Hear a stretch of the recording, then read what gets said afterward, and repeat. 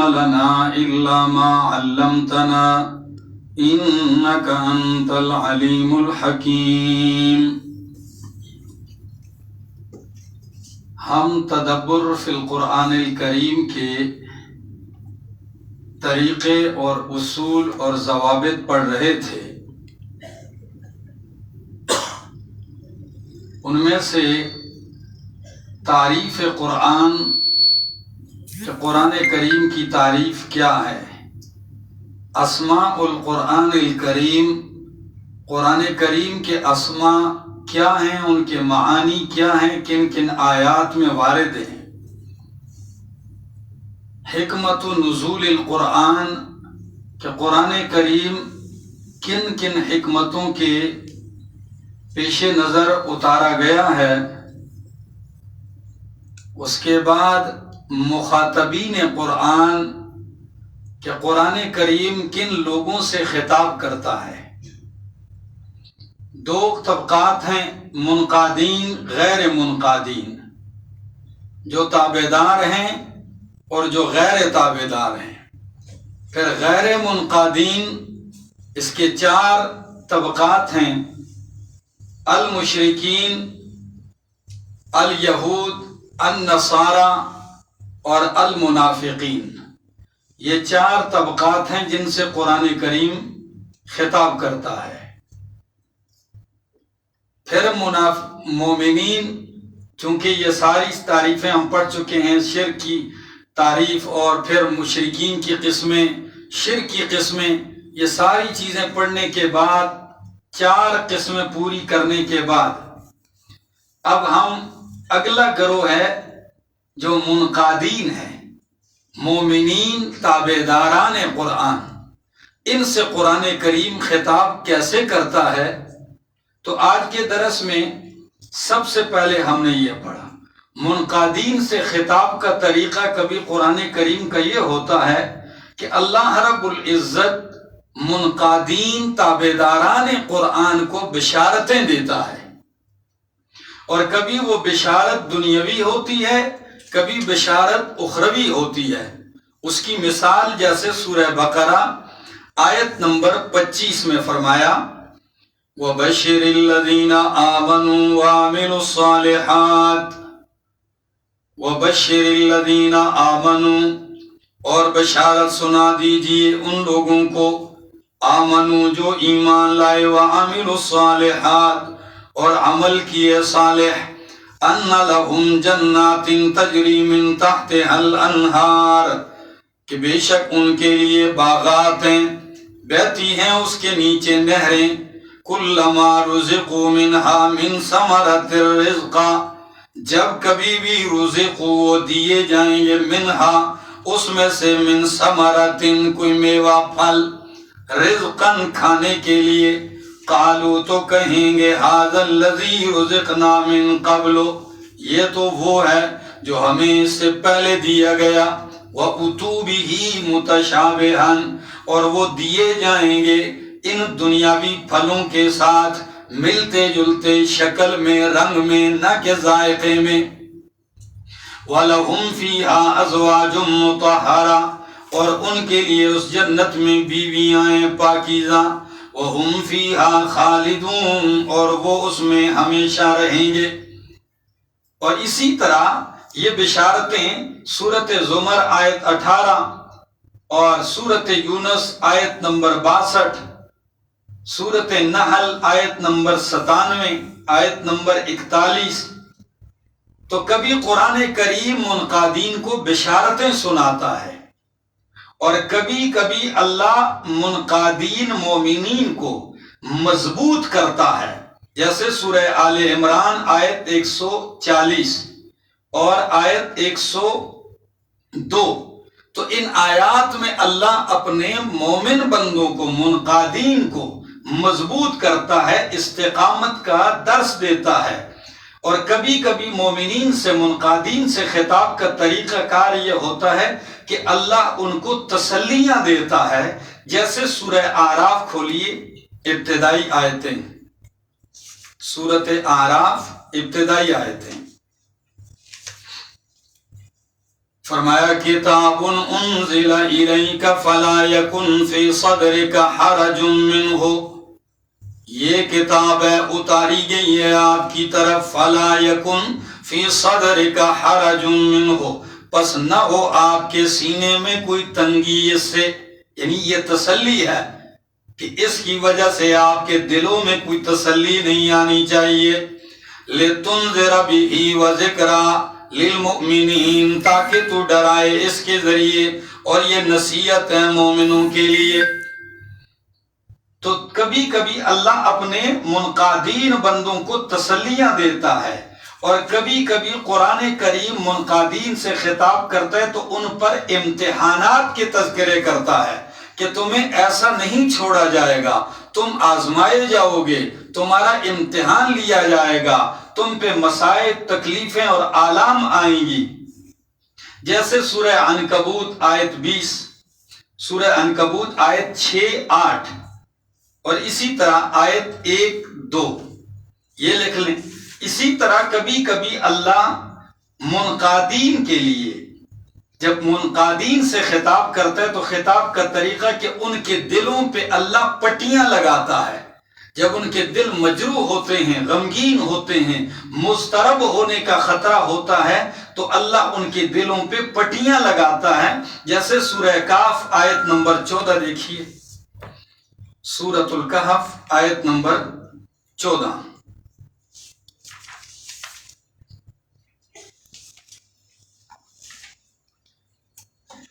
فرمایا وَرَبَطْنَا عَلَىٰ قُلُوبِهِمْ إِذْ قَامُوا فَقَالُوا رَبُّنَا رَبُّ السَّمَاوَاتِ وَالْأَرْضِ وَرَبَطْنَا عَلَىٰ قُلُوبِهِمْ، اور ہم نے گرہ لگا دی ان کے دلوں پر، اذ قاموا جب وہ کھڑے ہو گئے، فقالوا پس کہنے لگے ربنا رب السماوات والارض، ہمارا رب وہ ہے جو آسمان و زمین کا رب ہے، لن ندعو من دونہ الہا، ہرگز نہیں پکاریں گے ہم اس کے سوا الہن کسی دوسرے الہ کو، لقد قلنا اذن شططا، اگر ہم نے اس کے سوا کسی کو پکارا تو تحقیق ہم نے کہی ہوگی اس وقت بات شططا، انصاف سے گری ہوئی۔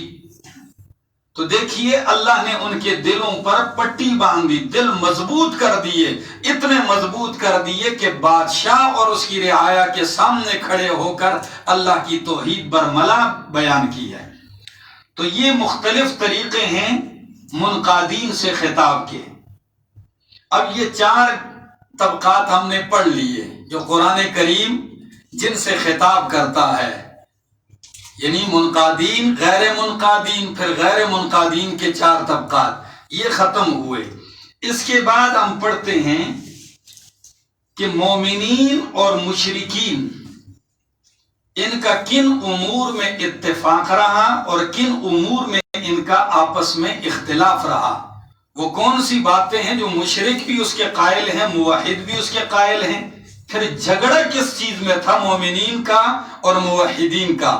موحدین موحد قرار دیے گئے اور مشرک مشرک کس بات پہ قرار دیے گئے؟ وہ کیا تھا؟ آئیے ذرا قرآن کریم وہ چند چیزیں ذکر کرتا ہے۔ مشرکین اللہ کے وجود کو مانتے تھے، مشرکین اللہ کو خالق، رازق اور مدبر مانتے تھے، بارشیں برسانے والا اللہ کو مانتے تھے، اسی طرح نماز پڑھتے تھے، حج کرتے تھے، مساجد تعمیر کرتے تھے، خیرات وغیرہ بھی دیتے تھے۔ یہ ساری چیزیں وہ بھی کرتے ہیں، موحدین بھی کرتے ہیں۔ مثلا قرآن کریم کہتا ہے سورہ زخرف آیت نمبر 9، فرمایا وَلَئِن سَأَلْتَهُم مَّنْ خَلَقَ السَّمَاوَاتِ وَالْأَرْضَ لَيَقُولُنَّ خَلَقَهُنَّ الْعَزِيزُ الْعَلِيمُ۔ وَلَئِن سَأَلْتَهُم، اور اگر میرا پیغمبر آپ پوچھیں، ان سے سوال کریں، من خلق السماوات والارض، کس نے پیدا کیا ہے آسمان و زمین کو، لَيَقُولُنَّ خَلَقَهُنَّ الْعَزِيزُ الْعَلِيمُ، تو البتہ ضرور بضرور یہ کہیں گے کہ خلقهن العزیز العلیم، پیدا کیا ہے ان کو عزیز اور علیم ذات نے، زبردست علم والے بادشاہ نے ان کو پیدا کیا۔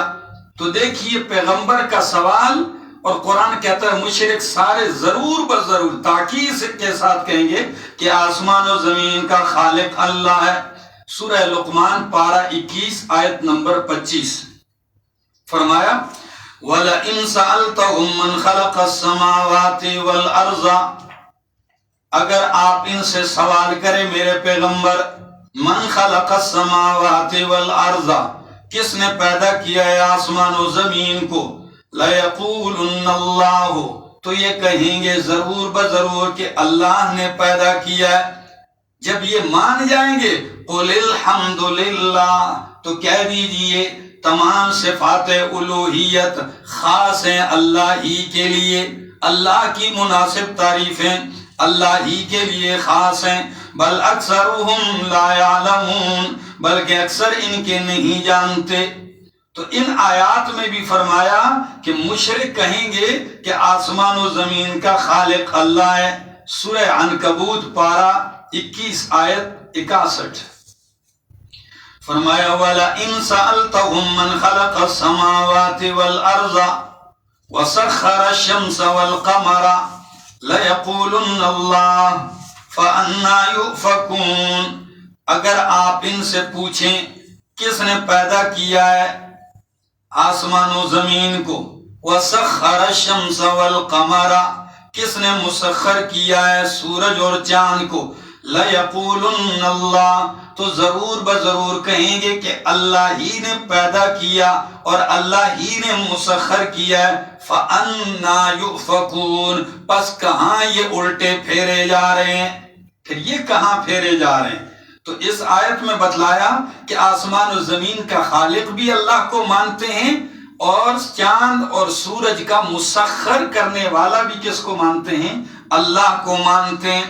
اسی طرح مشرکین اس بات کے قائل تھے کہ بارشیں اللہ برساتا ہے، یہی سورہ عنکبوت آیت 63 فرمایا وَلَئِن سَأَلْتَهُم مَّن نَّزَّلَ مِنَ السَّمَاءِ مَاءً، اگر میرا پیغمبر آپ ان سے پوچھیں کس نے اتارا، کون برساتا ہے آسمان سے پانی، فَأَحْيَا بِهِ الْأَرْضَ، پس زندہ کیا اس کے ذریعے زمین کو، مِن بَعْدِ مَوْتِهَا، اس کے خشک ہو جانے کے بعد، مر جانے کے بعد یعنی خشک ہو جانے کے بعد، لَيَقُولُنَّ، تو ضرور بضرور کہیں گے کہ اللہ، کس نے پیدا کیا ہے، کس نے برسایا، اللہ ہی نے برسایا۔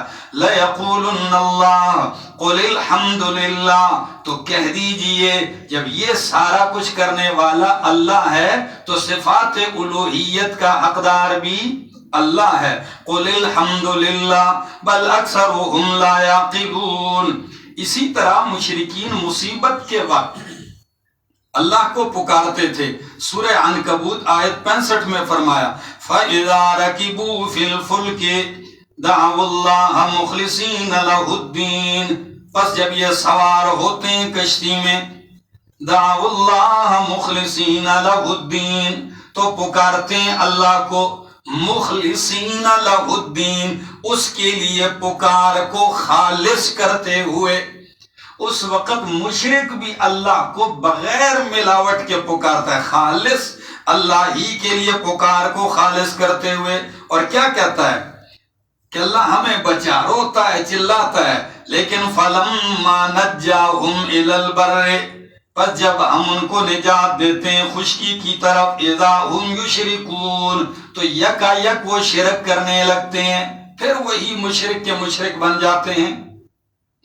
تو ان آیات میں یہ ثابت ہوتا ہے کہ مشرک مصیبت میں سمندر کی موجوں میں پھنستا تو اللہ کو پکارتا تھا، اور حضرت شیخ نے آج فرمایا کہ اندازہ لگاؤ اس دور کا مشرک مصیبت میں خالص اللہ کو پکارتا تھا، اور آج کا کلمہ گو مشرک مصیبت میں بھی اللہ کو نہیں پکارتا، مصیبت میں بھی یہ غیر ہی کو پکارتا ہے۔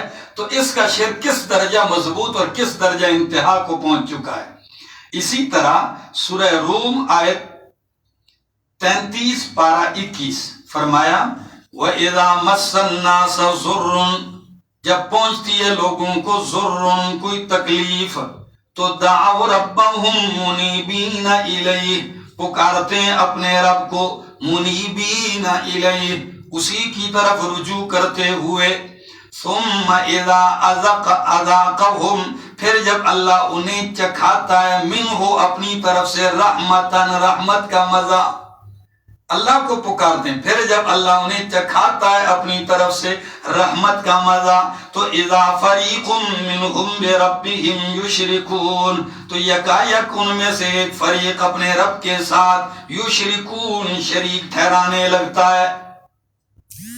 تو دیکھیے مشرک بھی مصیبت میں، تکلیف میں اللہ کو پکارتا ہے، جب تکلیف دور ہوتی ہے تو پھر شرک کرنے لگتا ہے۔ سورہ لقمان آیت نمبر 32 فرمایا وَإِذَا غَشِيَهُمْ مَوْجٌ كَالظُّلَلِ، جب ان کو ڈھانپ لیتی ہے موج، موج كَالظُّلَلِ، سائبان کی طرح، یہ سفر کرتے ہیں اور موجیں ان کے اوپر سائبان کی طرح آتی ہیں، ڈانپ لیتی ہیں، تو دعوا اللہ مخلصین لہ الدین، پکارتے ہیں اللہ کو مخلصین لہ الدین، اس کے لیے دین کو خالص کرتے ہوئے، پکار کو خالص کرتے ہوئے، فلما نجاہم الی البر، پر جب ہم ان کو نجات دیتے ہیں خشکی کی طرف، تو فمنہم مقتصد، کچھ تو ان میں سے راہ راست پر قائم رہتے ہیں، یعنی جس طرح مصیبت میں پکارا، خشکی میں مصیبت دور ہونے کے وقت بھی اسی عقیدے پر قائم رہتے ہیں۔ وَمَا يَجْحَدُ بِآيَاتِنَا إِلَّا كُلُّ خَطَّارٍ كَفُورٍ، اور نہیں انکار کرتے ہماری آیتوں کا مگر کل خطار، ہر بدعہد، عہد شکن، عہد توڑنے والا، کفور، ناشکرا۔ اسی طرح کئی آیات میں اس مضمون کو قرآن کریم نے ذکر کیا ہے۔ سورۃ زمر میں آیت نمبر 8، اسی طرح سورۃ بنی اسرائیل آیت نمبر 66 67 میں، اسی طرح مشرکین خیرات بھی کرتے تھے، مسجدیں بھی بناتے تھے۔ سورہ توبہ آیت 19 دیکھیے ذرا، سورۃ توبہ آیت 19 فرمایا اجعلتم سقایت الحاج وعمارت المسجد الحرام کمن آمن باللہ والیوم الآخر، فرمایا اجعلتم سقایت الحاج، کیا تم بناتے ہو حاجیوں کو پانی پلانا، وعمارت المسجد الحرام، اور مسجد حرام کی تعمیر کو، کمن آمنا، اے کعمل من آمنا، اس شخص کے عمل کی طرح جو ایمان لایا اللہ پر، والیوم الآخر، اور آخرت کے دن پر، وجاہد فی سبیل اللہ، اور اللہ کی راہ میں جہاد کیا، لا یستوون عند اللہ، یہ برابر نہیں ہے اللہ کے ہاں، واللہ لا یہدی القوم الظالمین، اور بے شک اللہ توفیق نہیں دیتا ظالم قوم کو۔ تو اس آیت سے پتہ چلتا ہے کہ وہ حاجیوں کو پانی بھی پلاتے تھے، ستو بھی کھلاتے تھے، اور مسجد حرام کی تعمیر بھی کرتے تھے۔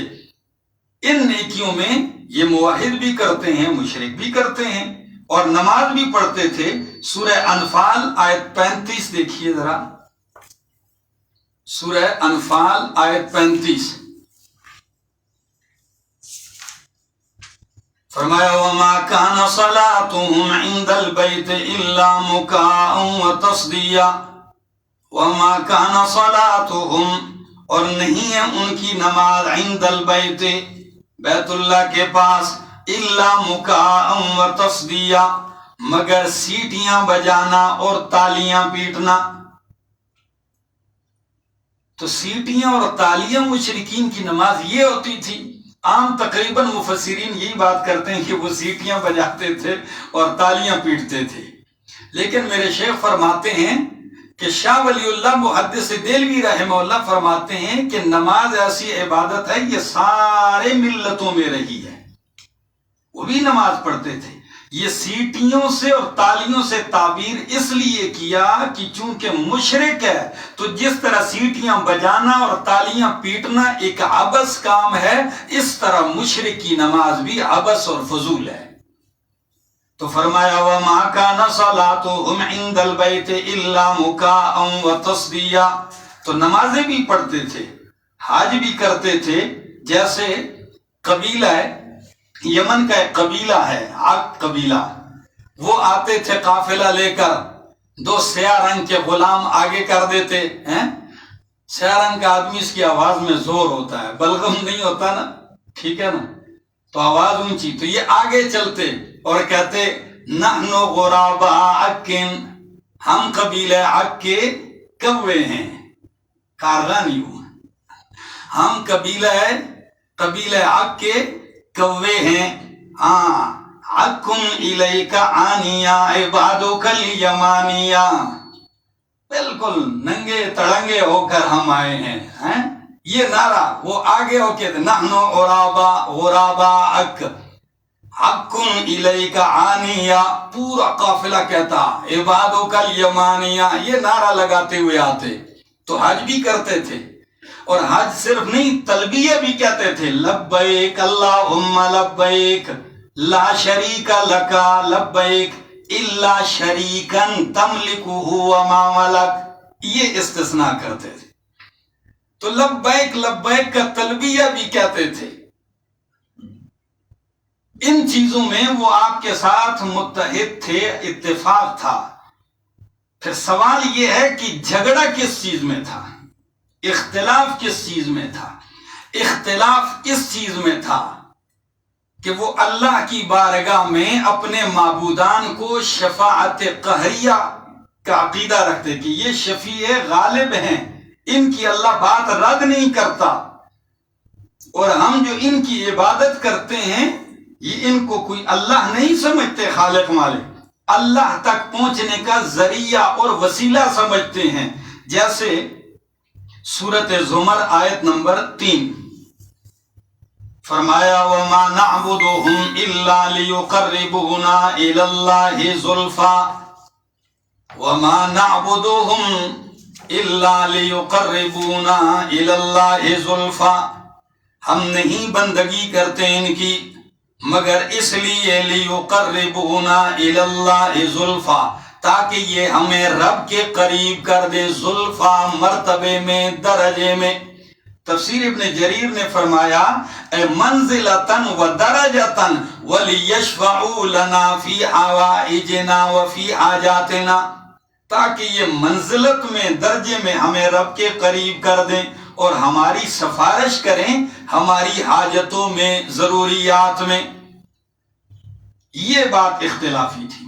موحدین کا عقیدہ یہ تھا کہ براہ راست اللہ کو پکارو گے، اور اللہ کے ہاں کوئی ایسی ہستی نہیں ہے کہ جو زبردستی اللہ سے کسی کو چھڑا لے. اس عقیدے پہ قرآن کیا کرتا ہے؟ رد کرتا ہے. اور اسی طرح ان کا عقیدہ مزید وضاحت سورۃ یونس آیت نمبر 18 دیکھیے. سورۃ یونس آیت نمبر 18 فرمایا وَيَعْبُدُونَ مِن دُونِ اللَّهِ، اور عبادت کرتے ہیں اللہ کے سوا ما ان کی لا يَضُرُّهُمْ وَلَا يَنْفَعُهُمْ، جو نہ ان کو ضرر دے سکتے ہیں اور نہ ان کو کچھ نفع دے سکتے ہیں. وَيَقُولُونَ، اور یہ کہتے ہیں هَؤُلَاءِ شُفَعَاؤُنَا عِندَ اللَّهِ، یہ ہمارے سفارشی ہیں اللہ کے ہاں. قل کہہ دیجئے اتنبئون اللہ، کیا تم اللہ کو خبر دیتے ہو بما لا یعلم فی السماوات والارض، جسے آسمان اور زمین میں اللہ نہیں جانتا. کیا مطلب ہے؟ تم اللہ کو آسمان و زمین میں اللہ کا شفیع بتلاتے ہو، سفارشی اور شریک بتلاتے ہو، اللہ کو تو اپنے شریک کا علم نہیں. کیا مطلب؟ کہ اللہ کو علم نہیں کا مطلب یہ کہ اللہ کا شریک ہے ہی نہیں. اگر اللہ کا کوئی شریک ہوتا تو اللہ کے علم میں ضرور ہوتا، علم میں ہے ہی نہیں، مطلب ہے شریک کا وجود ہی کوئی نہیں ہے اللہ کے ہاں. تو تم اللہ کو خبر دے رہے ہو، یا یہ بتلانا چاہتے ہو کہ اللہ آسمان و زمین کی چیزوں سے خبردار نہیں، یہ شریک اللہ کو بتلاتے ہیں.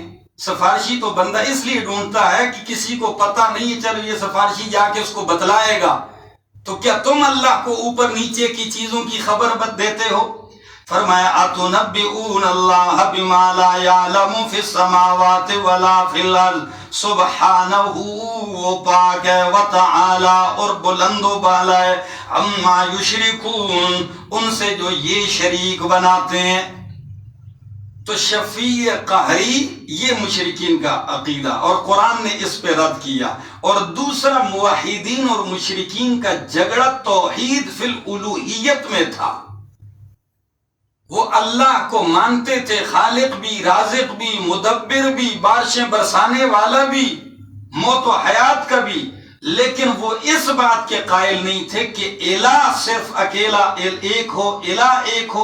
اس بات سے ان کا جھگڑا تھا، اور یہی وہ کہتے تھے، جیسے سورہ صافات آیت 35-36 دیکھیے،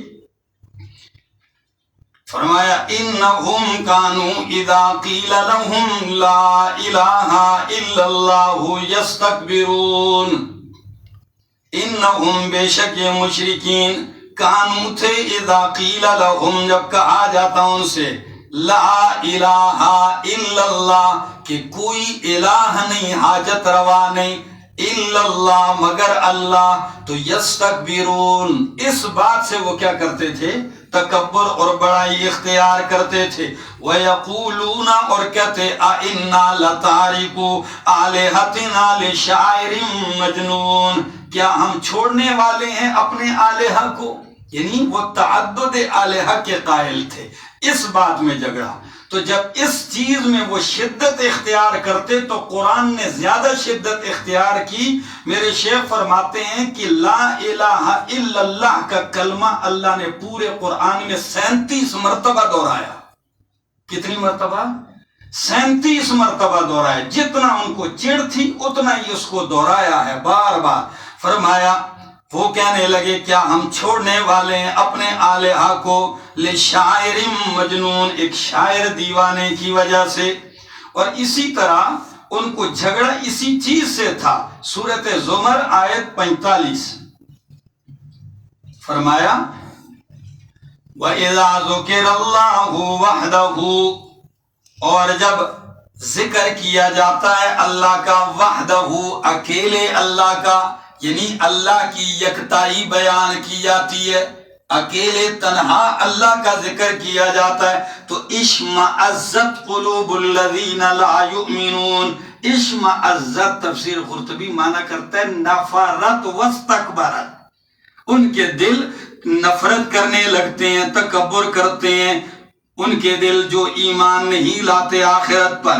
وَإِذَا ذُكِرَ الَّذِينَ مِن دُونِهِ، اور جب ان لوگوں کا ذکر کیا جاتا ہے جو اللہ کے سوا ہیں، یعنی ان کے معبودان باطلہ کے تذکرے جب شروع ہوتے ہیں تو اِذَا هُمْ يَسْتَبْشِرُونَ، ایک دم خوش ہونے لگتے ہیں۔ آج بھی جا کے کئی مجمع میں جب خطیب توحید سنانے لگتا ہے تو کئی لوگوں کے چہرے اتر جاتے ہیں، شونی اوپر سی گئی۔ اور جب کہیں غیر اللہ کے تذکرے ہوتے ہیں کہ فلاں بابے نے گدھا زندہ کیا اور بیڑا پار کیا، یہ کھل جاتے ہیں ماشاءاللہ، یعنی ولیوں کی شان بیان ہوئی ہے۔ یہ مشرک کی حالت ہے۔ فرمایا جب اکیلے اللہ کی توحید کا ذکر کیا جاتا ہے ان کے دل نفرت کرنے لگتے ہیں، اور جب غیر اللہ کا تذکرہ ہوتا ہے، کسی مردوں کی طاقتیں ذکر بیان ہونے لگتی ہیں، تو پھر یہ بہت خوش ہوتے ہیں اور جھومنے لگتے ہیں۔